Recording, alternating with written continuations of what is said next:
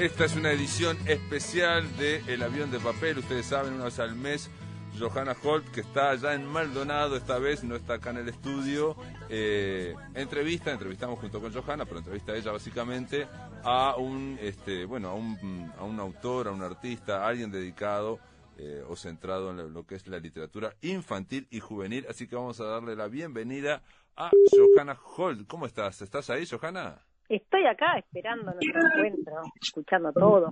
¿Cómo estás? Bueno, muy bien. El tema de las conexiones siempre pasan algunas cosas. La invitada para hoy me decís que es Magdalena Clara Torielli. ¿Estás ahí, Clara? Estoy aquí, mucho gusto, gracias, aquí. Bueno, muy bien. Estamos Tenemos presentes. a Clara, vamos a contarle al público, a los oyentes, que Magdalena Clara Torielli está en Perú en este momento. Sí. Así que bueno, Un el poquito avión lejos. viajó así para comunicarnos, porque bueno, nos une un vínculo de hace muchos años que nace desde Maldonado, Pablo, ¿sabes? Porque ¿En serio? ella es fernandina, claro. Ah, es Fernandina. Ah, mirá. Exacto. Así. No sé si nació, ahora le vamos a preguntar, esa parte no me acuerdo, pero estuvo años acá en Maldonado. Y luego arrancó una vida errante, que nos va a contar también, dentro de lo que es la infancia, los títeres, la literatura, la música. Impresionante todo lo que hace, Clara. Así que muchas gracias por estar. Ay, muchas gracias por invitarme, qué lindo programa. Qué honor estar acá. Una pregunta, Clara, porque te llamás Magdalena Clara Torielli. ¿Cómo te dicen? Sí. ¿Magdalena o Clara? Las dos cosas, algunos me dicen Magdalena, otros Clara, otros Maggie, otros Clary. Me gustan mis dos nombres, la verdad. Perfecto. Hay que aprovecharlos, ¿no? Bueno, Sí, perfecto. yo la he llamado Clara, Clara. Bueno, muy bien. La gente de Maldonado te dice Clara y yo te voy a decir Clara, entonces. Ahí va. Bien. Estamos de acuerdo. Bueno, Clara es directora, creadora de la compañía Punchileros Títeres.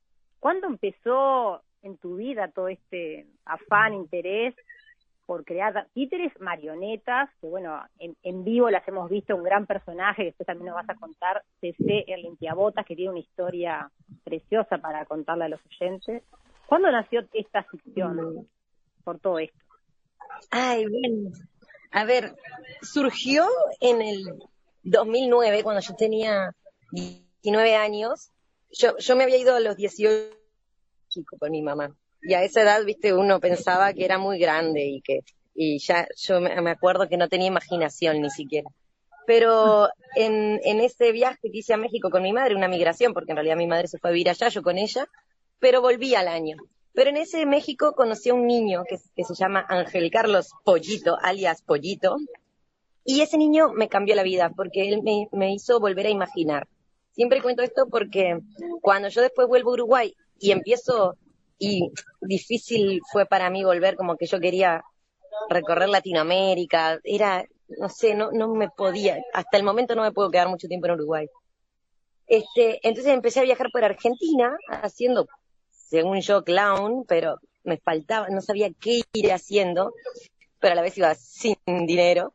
Y en ese viaje me encuentro en Buenos Aires, que está lleno de titiriteros, me encuentro 2, 3, 4 veces diferentes titiriteros, títeres, y me hacen sentir en una emoción que me hacen acordar a mi Pollito, a ese niño, ¿no? A todo lo que yo había vivido con él y lo que había aprendido con él, porque en Pollito de alguna manera fue mi primer maestro niño. Antes de él no habían niños en mi vida.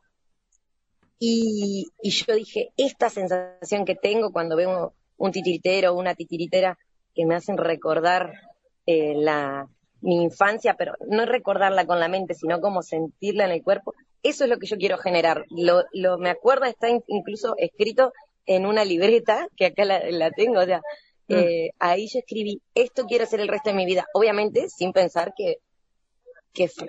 o sea, no sé si sin pensar, pero la verdad que estoy feliz, ya van 15 años haciéndolo. Y bueno, a partir de ahí fue como que lo empecé a llamar, entonces conocí a otro titiritero, mi primer maestro adulto de títeres, el Tony Antonio Zagárnaga, en Argentina, y a partir de ahí, bueno, como los oficios, ¿no? En cada lugar, ya empecé a fabricar los títeres. Primero a fabricar, no me gustaba actuar, no me imaginaba actuando, pero sí empecé a fabricarlos y a venderlos. Los vendía en la calle, vendía los títeres del Tony, después con el Tony, bueno, cada cual tomó su rumbo, volví a Uruguay, pero ahí conocí a Johanna, por ejemplo, cuando Johanna me conoció, yo recién empecé a fabricar títeres, y hacía cine, siempre me interesó el cine, y así como después, cuando volví a México, porque viví 12 años en México antes de acá de estar en Perú, eh, a cada lugar que iba, bueno, si alguien me decía yo soy titiritero, yo soy titiritera, con esa persona intercambiábamos saberes, me enseñaban y me fui formando cada vez un poquito más, pero cada vez con más pasión. Después me gustó actuar, ahora me gusta todo, todo lo que tiene que ver con la titiritera. Magdalena, ya te iba a decir Magdalena, te iba a decir Clara. Dime como tú quieras, la gente me conoce por Magdalena también, de mi infancia, por ejemplo. Clara es titiritera, es narradora, es ilustradora y autora de cuentos infantiles, como La niña que domesticó el fuego, Nido, Tony Papalote, La contorsionista durmiente y La vuelta al mundo hispano, 1, 2, 3, 4. Entre otras cosas, bueno, y aparte sos investigadora, pero algo que me llamó, bueno, desarrollaste material didáctico en colaboración con la ANEP. Pero algo que me llamó a mí la atención es que tenés una diplomatura, un diploma en muñecoterapia. ¿Qué es eso de muñecoterapia? Bueno, muñecoterapia es un diplomado que dan de parte de la Unión de Marionetistas, que la UNIMA es algo mundial. En cada país está una asociación de marionetistas. Y en pandemia empezaron a dar este curso. Muñecoterapia es cómo acompañar procesos emocionales a través de los títeres. De por sí el títere es, o sea, yo me fui dando cuenta con el tiempo que fue mi compañero para las migraciones para mí, ¿no? Me fui dando cuenta que yo lo usaba de manera terapéutica conmigo misma, porque como te conecta tanto, es como el objeto intermediario, ¿viste? Cuando un niño se desprende de su mamá y le dan una mantita, uh-huh. y le dan un osito, y entonces con el osito bueno, el títere, prácticamente las personas cuando lo ven, les remonta inmediatamente a la infancia, ¿no? Bueno, las personas, por lo general, bueno, según cosas que yo vengo leyendo y estudiando, hay una carencia enorme o una incapacidad del adulto de sanar heridas de la infancia. Y el títere te ayuda, por eso muchas personas, bueno, ustedes ahora de aquí en adelante, cuando vean un títere, no los títeres, uh-huh. que a veces se usan mal, ¿no? A veces tú ves un títere muy didáctico que te habla como bobo y eso no me refiero a un títere que ya tenga su personalidad, su trabajo a través del titiritero o la titiritera, van a sentir ustedes cosas, o sea, el adulto yo me doy cuenta que le cambia porque te remonta a eso, y la muñecoterapia trabaja con esas herramientas del títere, ¿no? Uno estudia también a la hora de construirlo, a la hora de construir un títere, tú puedes trabajar a través de la muñecoterapia, por ejemplo, observando cómo haces tu títere, qué tanto te cuesta fabricarlo o con tal material o con tal otro, o sea, hasta que tú vas encontrando tu propio proceso creativo, pero te ayuda a trabajar un montón de cosas internas e ir sanando sin ponerle tantas palabras, ¿no? Sino como un proceso. Y yo por ejemplo, en mi trabajo, no sé si soy investigadora, o sea, porque no tengo, ninguna carrera, simplemente tengo mucho interés por investigar y a través de este diplomado y uno que hice de niñez y adolescencia migrante, me intereso mucho por esos temas, y mi investigación a la que yo lo que más me enfoco es cómo acompañar las migraciones con los títeres, ¿no? Porque el proceso de la migración es un proceso que puede ser muy difícil, y el títere realmente, por su propia configuración, que él es migrante, desde siempre lo ha sido, porque hay títeres repartidos en todo el mundo, en cada lugar tienen un nombre diferente, tienen un personaje diferente, narran historias diferentes, los materiales, todo, la música, todo cambia, la diversidad. Entonces es como el exponente migrante maravilloso para justamente acompañar procesos migratorios. Y eso viene de la muñecoterapia. Y bueno, y de todo tu proyecto, la Errante en sí mismo, ¿no? Tiene que ver con esto, una escuela de títeres trashumante que se traslada por América Latina. Sí. ¿No? Ha llevado varios viajes la Errante. Claro, mi idea también, como al moverme tanto y estar tan involucrada en el tema de las migraciones, me doy cuenta que muchos niños y niñas migrantes, que muchas veces son niños y niñas que están en situación de calle o trabajan en la calle también. Es difícil acceder a la educación tal cual está estructurada, ¿no? Como que nos hemos quedado atrás, ya lo sabemos, creo, la educación se ha quedado como en un molde que entonces yo he pensado, me encantaría tener una escuela móvil que entonces pueda ir acompañando. Por ejemplo, yo me pongo en la calle, vienen los niños que trabajan conmigo, o sea, los que están trabajando alrededor vienen conmigo y a través de los títeres, a través de la biblioteca, podemos ir abordando temáticas importantes bueno, que para mí, o que según mis investigaciones son importantes para que un niño o una niña se empodere, crezca internamente, ¿no? Porque más allá de los saberes, es como que crezca, que se fortalezca su creatividad, su autoconfianza, ¿no?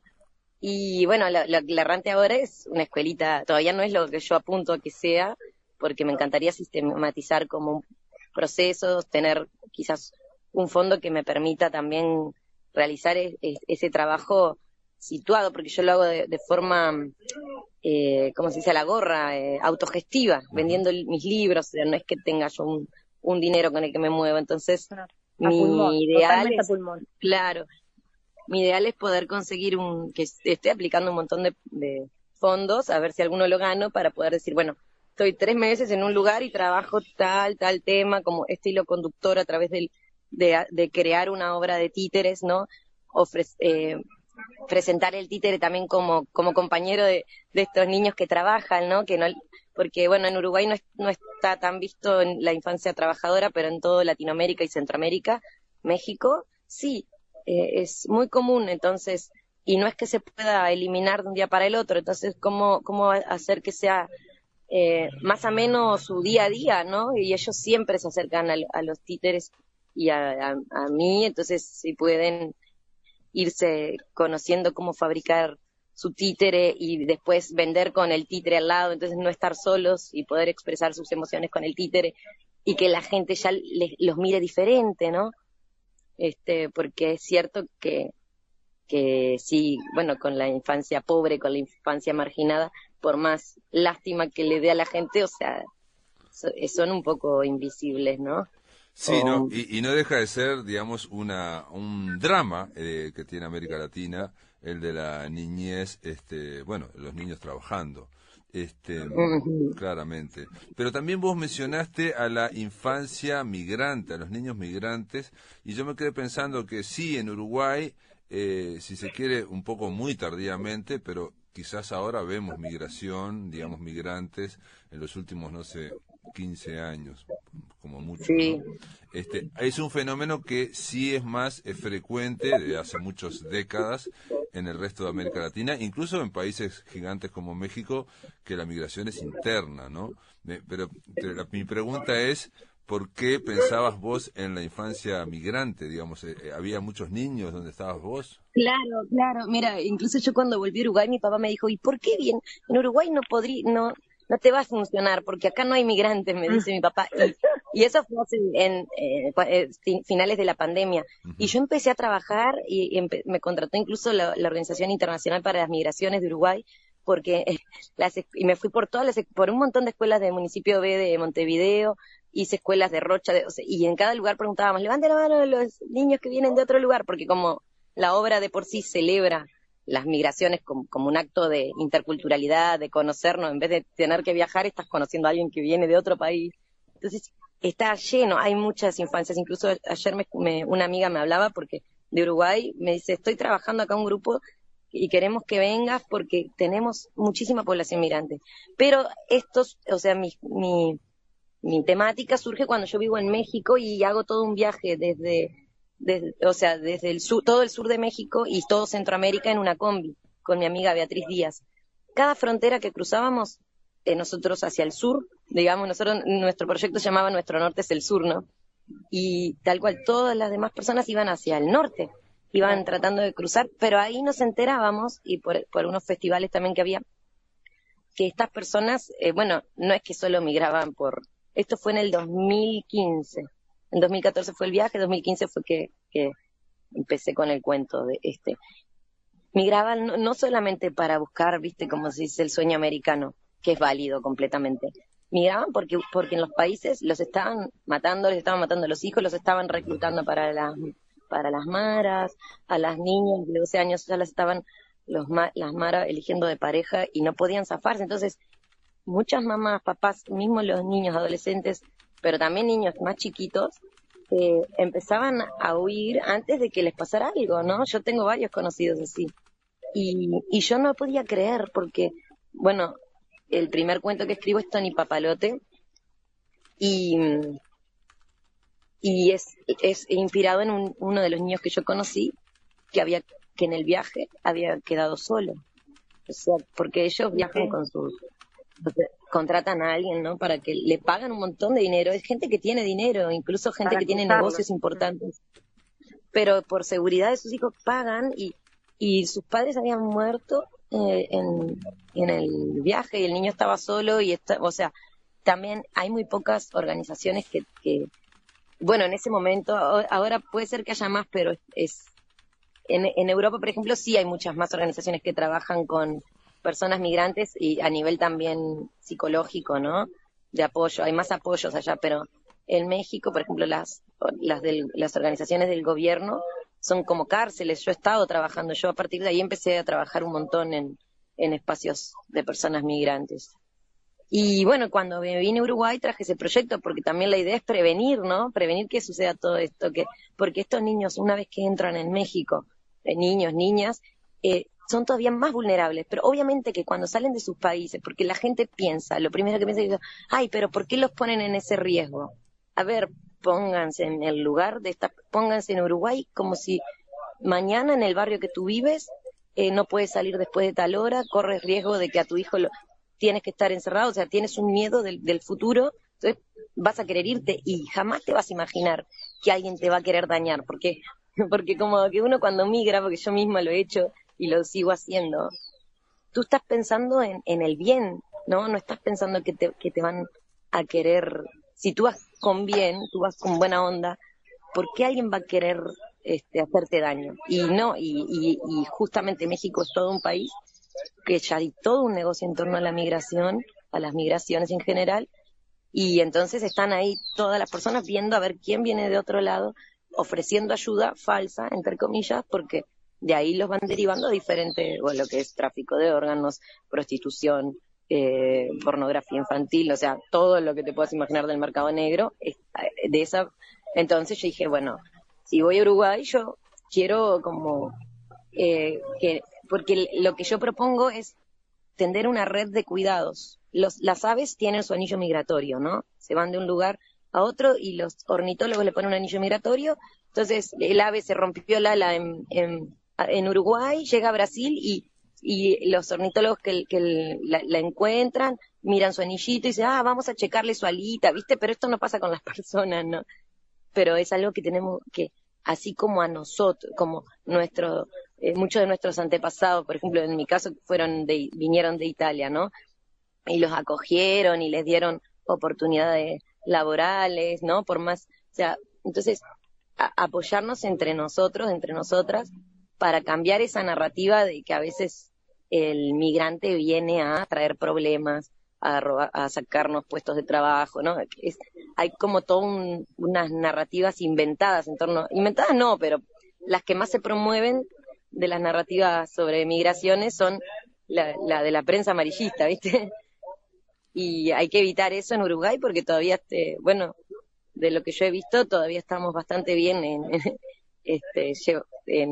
lo que es la acogida de las personas migrantes, pero bueno. Sí, y la consistencia, ¿no? Más vale prevenir que curar, digamos, realmente estos procesos, digamos, que se dan desde hace décadas en Latinoamérica, poco a poco se van dando en Uruguay también, digamos, un poco más tarde, digamos, el ejemplo más que me viene inmediatamente es el del narcotráfico.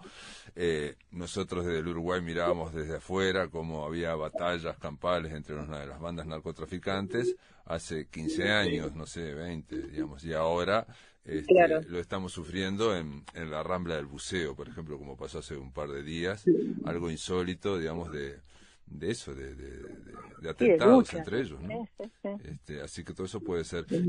Johanna, perdón, y Clara, les voy a pedir que me aguanten un poco, vamos a hacer una pausa y después de la pausa Claro. seguimos aquí, ¿les parece? Perfecto. ¿Cómo no? Seguimos conversando, amigos, en esta edición de El avión de papel, el espacio dedicado a literatura infantil y juvenil a la máquina de pensar. Estamos conversando con Clara Torielli, que ella está allá en Perú, pero es uruguaya y más que nada que uruguaya es trashumante. Después de la pausa en la máquina de pensar, estamos, veníamos del bloque anterior, estamos en la edición especial de El avión de papel, Johanna Holt, que está en Maldonado. Estamos conversando con Clara Torielli, que está en Perú, y bueno, yo estoy acá en Montevideo. Estamos haciendo una triangulación. En el bloque anterior, Clara Torielli, que es titiritera, narradora, ilustradora y autora de cuentos infantiles, nos estaba hablando de lo que es el panorama de las migraciones, de las infancias migrantes, de los niños que tienen que acompañar a sus familias,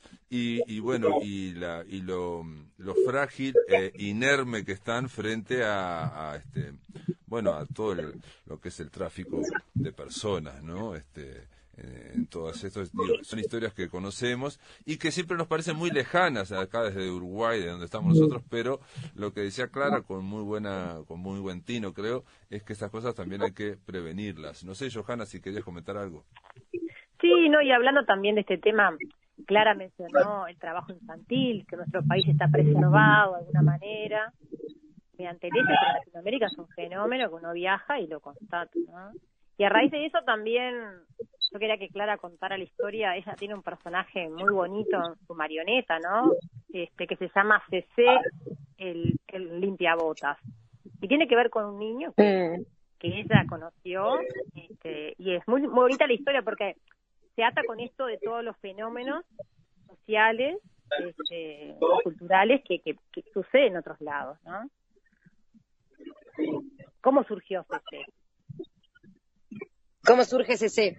Bueno, cuando empecé a ser titiritera, que fue, o sea, más puntualmente en Oaxaca, cuando empecé a trabajar todos los días como titiritera, ahí fue que se empezaban a acercar todos los niños que trabajaban, que bueno, los he visto crecer. Ahora los fui a ver, fui a México y ya todos tienen 20, 21, tienen hijos, Wow. Hermoso verlos, pero fueron mis grandes maestros, maestras, y estaban siempre pegaditos a mí, venían todos los días a ver las obras, y siempre se aprendía. Yo recitaba un texto de García Lorca cuando empezaba, porque García Lorca también ha hecho dramaturgia para títeres, y se lo aprendían de memoria, se sabían las obras, o sea, una tensión y iban solos, ¿no? Con sus hermanitos, con sus hermanitas, algunos hablaban otras lenguas, muchos venían de otros pueblos, ¿viste? Por eso eran migrantes internos. Y entonces yo me iba a mudar de ahí y tenía que hacer como una marioneta, o sea, tenía que hacer un títere que pudiera estar en la calle y hacer un show más corto, porque cuando tú trabajas en la calle a la gorra, ahí en la Plazuela de Carmen Alto hacíamos una función grande, que se llenaba de gente y era media hora, pero yo tenía que hacer algo que pasara a la gente y me tirara una monedita. Y entonces dije, voy a ser un niño trabajador que venda chicles, caramelos, ¿no? Como para que mis niños se puedan ver en un personaje, como que vean que yo los estoy honrando, ¿no? Fabricando a alguien que se parece a ellos, ¿no? Porque es cierto que cuando una narrativa no nos nombra, si todos los personajes son tan diferentes a nosotros, los héroes que nos plantean la literatura, la tele, todo, es difícil reconocernos, se nos hacen lejanos. Entonces yo quería plantear un héroe cercano a ellos y a ellas. Pero se me ocurrió, viste, que vendiera chicles, cigarritos, y ahí, viste, como son las casualidades y los procesos creativos, yo estaba leyendo Mi planta de naranja lima, y entonces, y lloraba cada vez que leo ese libro, lloro. Es fuertísimo, sí. Para llorar. Y me despierto, me duermo, y cuando me despierto tenía clarísimo que CC iba a ser un limpiabotas, porque CC, En ese momento no era CC. CC es este que tengo ahora, que hace 8 años que lo tengo, en el 2016 lo hice.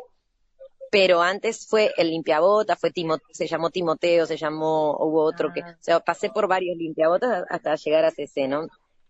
Y, pero sí era, claro, porque como Titiritres decía, pero si vende chicles y cigarritos, ¿qué hago? ¿Viste? ¿Cómo me vinculo con la gente? No es fácil, ni modo que le dé un caramelo a las personas, muy difícil, ¿no? Entonces, con el limpiabotas era fácil porque le hacía su cajita a ilustrar, y su mecanismo para que ilustrara el zapato. Entonces lo que hace CC es que va caminando diciéndole a la gente, se ilustran zapatos, la gente para, pone su piel, ilustra el zapato, le hace todo un show exclusivo para una persona, bueno, siempre y le dejan su monedita. Dime. No, pensé que me habían preguntado algo. No. Bueno, y hasta cantas, es tan real, y bueno, y acá vamos a contar a los oyentes que en su pasaje hace poco por Maldonado estuvo en la Fundación Manolo Lima con un taller permanente de títeres y hasta se le festejó el cumpleaños a CC. ¿El cumpleaños? Sí, con chivitos. ¿Cuántos años cumplía? Ahí cumplía... Es que siempre cumple 8 años, pero en realidad tiene 8 años, pero siempre, claro, como no crece, le sigue diciendo que cumple 8 años. Pero ahí creo que tenía menos, o sea, porque cumplió 8 creo que este año, entonces ahí tendría 6, 7. Y quería mandarle un abrazo a Ariel que nos está escuchando, que es del ¿Qué pasó? Trabaja en la Fundación secretario de la Fundación Manolo Lima. Sí, se cortó un poco, Clara. Estás hablando de Ariel Insaurralde, que es el director, el coordinador de la Fundación Manolo Lima, a eso te referís. Exactamente, un abrazo y gracias a CC también, porque con Johanna presentamos CC tiene un cortometraje que hicimos con Macarena García, la directora del cortometraje, y lo presentamos en la Fundación, y a través de ahí empecé yo a trabajar con la Fundación en un montón de momentos y es esto también como las marionetas te abren las puertas, ¿no?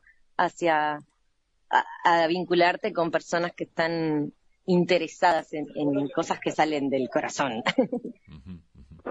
Y a crear también, porque hay algún libro hiciste desde Maldonado también, ¿verdad? Claro, sí, ahí en la Fundación, La Niña que Domesticó el Fuego surgió ahí en el taller que también se dio en la Fundación de Manolo Lima, el taller de Guarosú, que es un dibujante muy reconocido en Uruguay, sí, un ilustrador, y él a través de su taller también empecé a escribir, empecé a ilustrarlo, el cuento ese que ya estaba escrito. Que ya ¿Y de qué se trata? Porque lo lindo de Clara también es que cuando hace las presentaciones de los libros, pone todo sobre la mesa, su cuerpo, teatro de títeres o objetos que van acompañando la ilustración. Las presentaciones de los libros de Clara son súper dinámicos, interactivos para todos los sentidos. Y de la niña que domesticó el fuego es muy bonito cuando lo realizas o lo entregas. Contanos un poquito sobre el argumento, cómo surgió también. Bueno, este cuento surge también ante yo había escrito Tony Papalote, Tony Papalote es como para mostrar que existe la infancia migrante y que debemos cuidarnos entre todos para que todos esos viajes sean más sanos, que nuestros derechos se respeten, ¿no?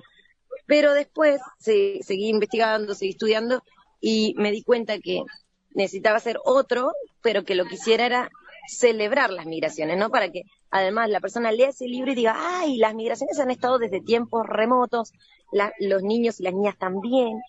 Y entonces se me ocurrió decir, bueno, voy a hacer un cuento donde la protagonista sea una niña esta vez, porque en el otro era un niño, era Tony, era una niña migrante, pero migrante de la época de cuando eran nómades, ¿viste? Que se iban de un lugar a otro buscando el alimento. Entonces, y surgía también a través de una cosita que leí de Isaac Asimov que dice, yo estaba leyendo sobre la domesticación del fuego y él decía que para él la domesticación del fuego fue posible gracias a la curiosidad de niños y niñas, que eso es algo que yo también en mi trabajo siempre busco celebrar y mostrarle a las personas adultas que es muy importante. ¿Por qué? Porque dice Isaac Asimov que, claro, le tenían tanto miedo al fuego porque quemaba, porque el fuego existía, pero andaba suelto. Y me gustaba esto de que anduviera suelto. Por eso el libro está ilustrado que el fuego es como un surfer que surfea en un rayo. y está medio así, viste, muy, muy simpático, y va suelto y cae en el rayo como un surfer en el rayo, cae en el árbol, lo incendia, y andaba suelto, pero hasta que un día la curiosidad de esta niña, que además la abuela le dice, no te vayas a acercar al fuego, y esta niña desobedece y se acerca y se hace amiga de Fuego Fuego, que también ahora es un personaje de títeres que rapea. Mi nombre es Fuego Fuego y me transporto en un rayo sobre un árbol, yo me estallo y todos me tienen miedo, dice. Y, y entonces, claro, ahí entonces el cuento es cortito, digamos, el cuento ilustrado. La historia es muy corta porque lo que presenta es esto, el rayo cae, la niña se acerca y lo domestica, ¿no? Y lo trae a la aldea. Pero a través de ahí se trabaja todo lo que es, por ejemplo, eso, el protagonismo de las niñas y las niñas en nuestra historia, que uno va a la escuela y siempre los personajes son adultos y hombres, ¿viste? Como, a ver, ponme o sea, lo que les decía mismo del CC, o sea, ponme personajes con los que yo me pueda identificar o con lo que todas las personas nos podamos identificar, ¿no?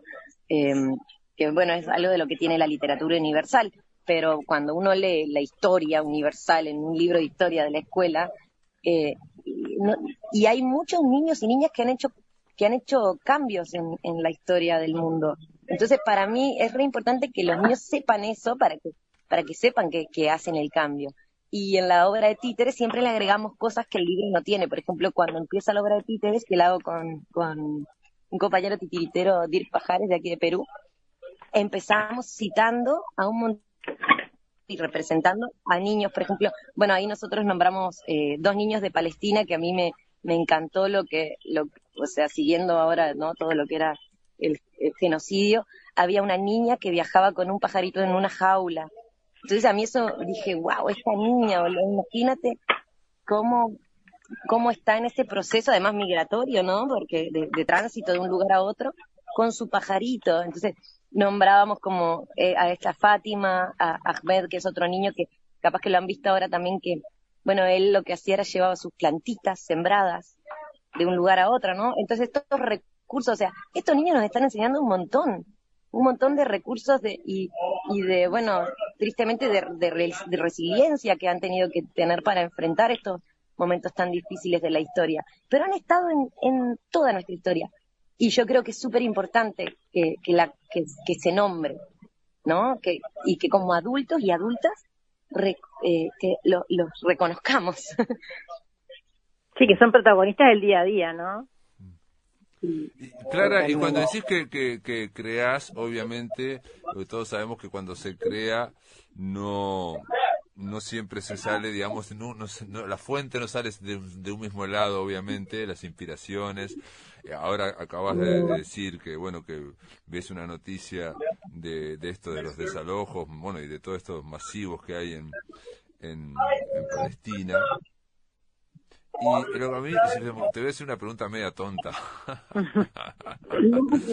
Pero es así, está la fantasía, o yo tengo la fantasía, pero no, en realidad hay muchas películas, de que la gente que tiene títeres y que genera muñecos y bueno, y que tiene personajes, de alguna forma se desdobla y termina, no te digo que termina hablando con el personaje, pero digo como fuente creativa, digo, que es lo que a veces si no te sale también a través de CC, por ejemplo.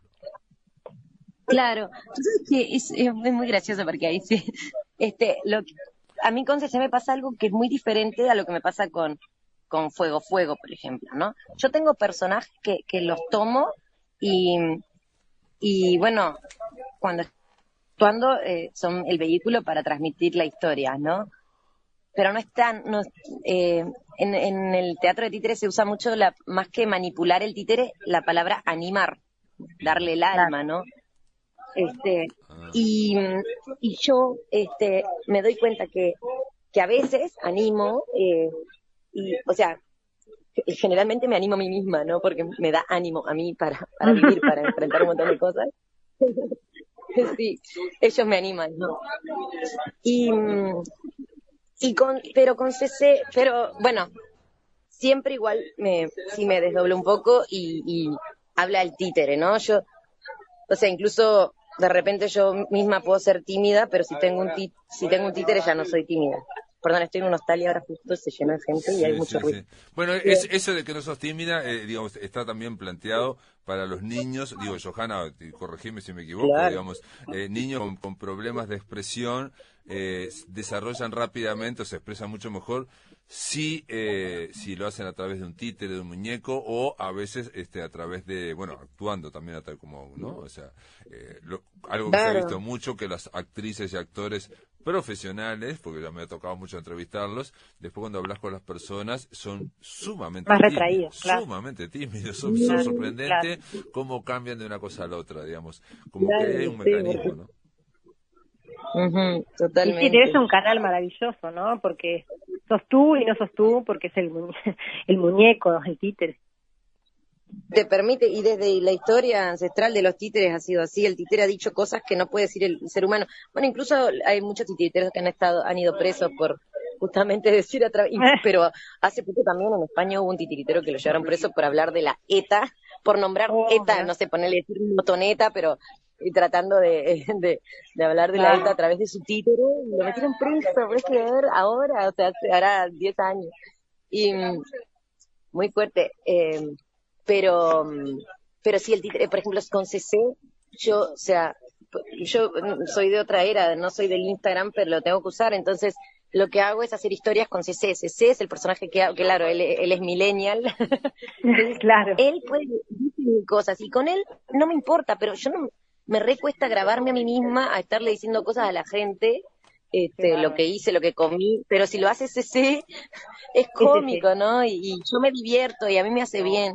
Si yo estoy una semana sin sacar a CC, me deprimo, ¿viste? Yo necesito, entonces, si es como otro, CC para mí ya tiene su alma. Claro. Entonces yo solamente soy la que como que al agarrarlo, le soplo su alma adentro.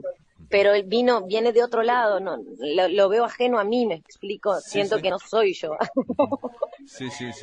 No, es algo bastante frecuente, incluso en, creadores que no hacen títeres, pero por ejemplo que son escritores y que tienen personajes que continúan en un libro al otro, ¿no? O sea, sí, qué lindo, ¿no? Es lindo, la verdad que yo cuando lo empecé a vivir así como también con otros personajes, ¿no? Que como que los empiezas a conocer y empiezan a tener su propia vida, ¿no? O como cuando lees un libro y te involucras mucho en la historia, bueno, y en el caso de CC, en el caso de CC, otra pregunta tonta, en el caso de CC, ¿vino ese personaje, se desarrolló, o cuando vino ya tenía, o sea, cuando te surgió ya tenía todas las características? Porque eso también me ha pasado a mí. No. Exacto, ha ido creciendo conmigo, realmente. Por ejemplo, cuando yo siento que más conocía a CC, sí, tiene 8 años. Realmente con él me vinculé en la pandemia. O sea, yo en la pandemia, cuando llegué a Uruguay, cuando volví de México a Uruguay, segundo año de la pandemia, todos los días me iba a la peatonal de Maldonado porque no tenía trabajo. Todos los días me iba a ilustrar zapatos a la peatonal de Maldonado. 3 horas, por lo menos. Y entonces ahí era vincularme, o sea, todo el tiempo ser CC, para acá, para allá, divertirme, aunque no pasara un alma, tratar de pasarla bien, ¿viste? Con CC. Y ahí yo agarré una otra forma de conocerlo, ¿no? De escucharlo. Y bueno, con los tips que me han enseñado también las maestras y maestros titiriteros, ¿no? Que te dicen siempre, escucha su respiración, cómo respira él, ¿no? Escúchalo y a partir de ahí vas como logrando conectarte, ¿no? Me hiciste acordar al documental, cuando está en la peatonal solo y no pasa nadie, y él se pregunta, y va a la feria. Me vino todas esas imágenes. Ese documental está en internet, búsquenlo, está en YouTube.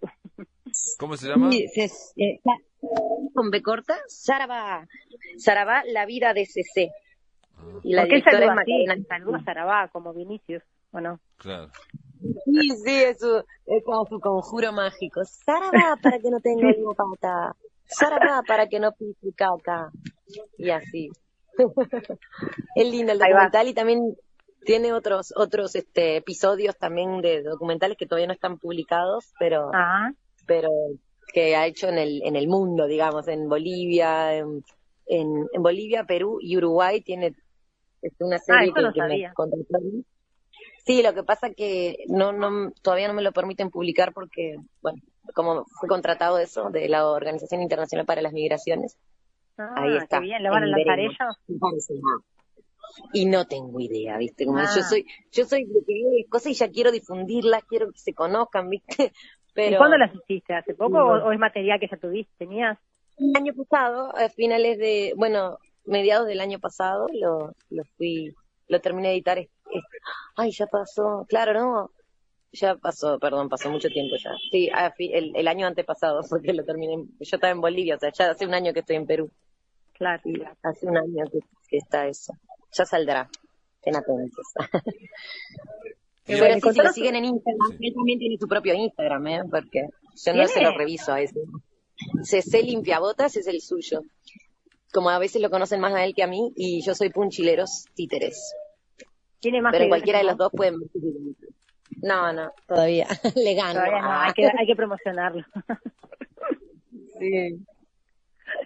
Bueno, y contanos un poquito, porque Clara también hace como una especie de editora de sus propios libros. Son unos libros, algunos pequeñitos, que se van, ¿no? Que van alentando, como La contorsionista durmiente, que uno va sacando son solo imágenes.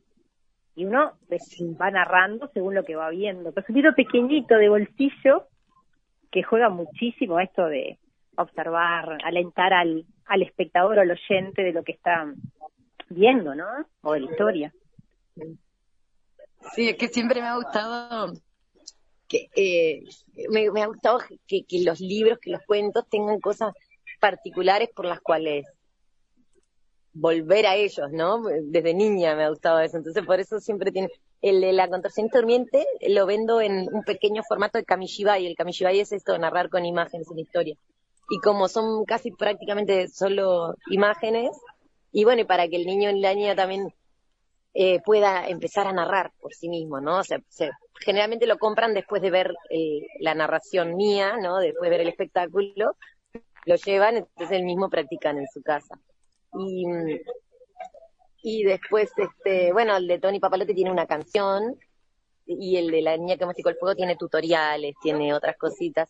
Nido es uno que he sacado poco, bueno, porque tú decías esto de mi propia editorial. Lo que pasa es que en esto de que soy ansiosa y que yo hago las cosas y quiero que ya estén funcionando, no voy a esperar eternamente a ver si una editorial me quiere o no me quiere, ¿viste? Yo me fui una vez a la Feria del Libro en Buenos Aires con cita en todas las editoriales, llevé todos mis libros, ¿viste? Le regalé a todos, tuve cita con todos, nadie me llamó ni nada, y uno no se puede quedar deprimido porque no, o sea, a ver, claro. Yo lo que digo, yo siento que mi vocación es contar esas historias y transmitir algo, cada historia transmite algo, ¿no? Tengo que hacerlo ahora porque si lo voy a esperar a ser una vieja y tener dinero, no. Entonces, lo que hago es, lo imprimo, que ahí sí hago una super inversión, y por eso solamente he impreso 2, hago tirajes de 1000. De Tony hice el primer tiraje de 1000 ahí cuando llegué después de la pandemia, en Gráfica Mosca lo hice, muy hermoso, tapadura, y ya me quedan menos de la mitad, pero los he vendido yo, o sea, yo voy, hago la obra de títeres y se vende un montón, y es hermoso, porque de esa ganancia es para mí, que soy la autora, y Liz Fournier, que es la ilustradora de Tony Papalote, lo hace lo mismo en Francia, ya lo tradujo al francés, imprimió sus libros y los vende allá. Es súper lindo, y es nuestro proyecto de la venta de uno se regala a otro, ¿no? Porque como la idea es la sensibilización y entonces regalamos en lugares donde no tienen tanto acceso a los libros los niños, y esa fue una forma que encontré ahora, bueno, ya de bastante grande, ¿no? Ya los 30 y algo, de que después de mi obra yo gano un dinero mayor que solo la gorra, ¿no? Y a la vez doy a difundir mi trabajo. Y en las editoriales, bueno, en realidad cuando uno, acá menos, si me está escuchando algún editor, menos me va a querer contratar, pero no me importa, porque claro, te llega un porcentaje de tu libro tan poquito, y tú no tienes tus libros para repartir y venderlos ver, Sí, no me es podría ir por el mundo con mis libros, se los tengo que comprar yo a la editorial o hacer un trato, ¿viste? Y yo necesito vender mis libros después de mi función. Entonces exacto. es lo que encontré y Recorrer ya Latino. después el segundo que fue La niña que domesticó el fuego. Y La contorsionista durmiente que lo puedo hacer yo sola, ¿no? Voy a cualquier gráfica, lo imprimo, lo corto y lo armo. Ujú. Y ahora estoy haciendo otros dos nuevos, ¿eh? Hay dos nuevos que No están sabíamos. buenísimos. Sí, uno que está inspirado en mi vecina Lazari, que es una campesina de ahí de Cajamarca, maravillosa, y somos como mejores amigas, y me invitó a su casa, a la casa de su infancia, y había que subir, bajar, cruzar una quebrada, y ella me dice, este camino lo hacía siempre para ir a la escuela. Y ella me decía, a mí no me gustaba la escuela. Entonces le inventé su cuentito, que ya lo ilustré, y es la se llama Yendo a la escuela, ¿no? Todo lo que Sari aprende yendo a la escuela, porque en el camino Sari aprende de todo, de los árboles, de cómo cuidarse, de las hierbas con que curarse, de cómo, no sé, sacarle la lana a las ovejas, o sea, todos los saberes que hay campesinos que a veces la escuela no los reconoce, ¿no? Porque en todos los países ha sucedido esto que también tiene que ver con migraciones, donde el campo queda como si Más fuera apreciado, algo menor, Sí, ¿no? sí. Sí, Claro, bueno, la ese universidad es fenómeno, todo y el campo no. claro, ese fenómeno es muy común, digamos, la supremacía del urbano, la ciudad sobre el campo. Bueno, Clara, Johanna, llegamos al final de la entrevista, de la charla, la verdad que es muy interesante escucharla, Clara. Está en Perú, pero bueno, sigue trashumante, ¿no? Vas a seguir cambiando. En abril estaremos por ahí, así que si nos quieren ir a ver, La niña que domesticó el fuego, bueno, todavía no puedo decir dónde va a estar, Bueno, pero estamos en un festival, dale, así que estén atentos. Ahí en nos Instagram, avisás y en nosotros Maldonado. acá con Johanna damos y de repente podemos conversar y podemos vernos las caras. Clara, un Ojalá. gusto tenerte. Johanna, te mando un abrazo. Bien, un abrazo, Muchísimas nos vemos gracias. pronto. Gracias. Se terminó, amigos, La Máquina de Pensar. Gracias. Seguimos mañana a partir de las 18 horas por Radio Cultura. Que lo pasen muy bien.